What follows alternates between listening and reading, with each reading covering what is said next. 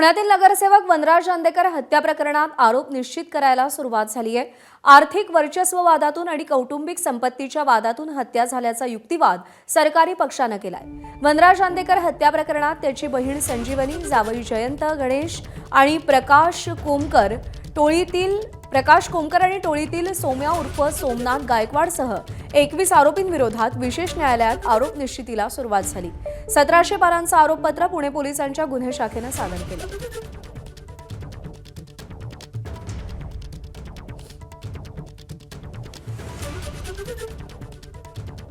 तर वनराज चांदेकर हत्या प्रकरण नेमकं काय आहे, ग्राफिक्सच्या माध्यमातून पाहूया। आरोपी सोमनाथ गायकवाडच्या टोळीचा गुंड निखिल आखाडेचा 2023 मध्ये खून झाला।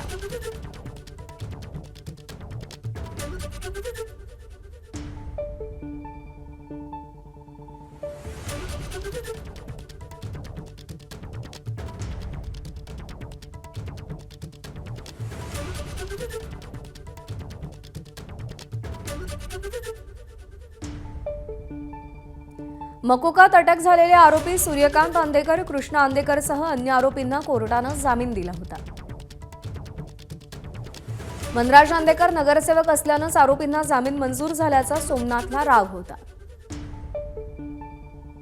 वनराज आणि त्याची बहीण संजीवनी आणि जावई कोमकरांमध्ये संपत्तीवरून भांडणं होती। पुणे महापालिकेने आरोपी संजीवनी कोमकरच्या नाना पेठेतील जनरल स्टोर्सवरती कारवाई केली होती। वनराजच्या सांगण्यावरून ही कारवाई झाल्याच्या संशयातून आरोपींना संताप आला। त्यातून गायकवाड आणि कोमकर एकत्र आले आणि त्यांनी वनराजची हत्या करण्याचा कट रचला।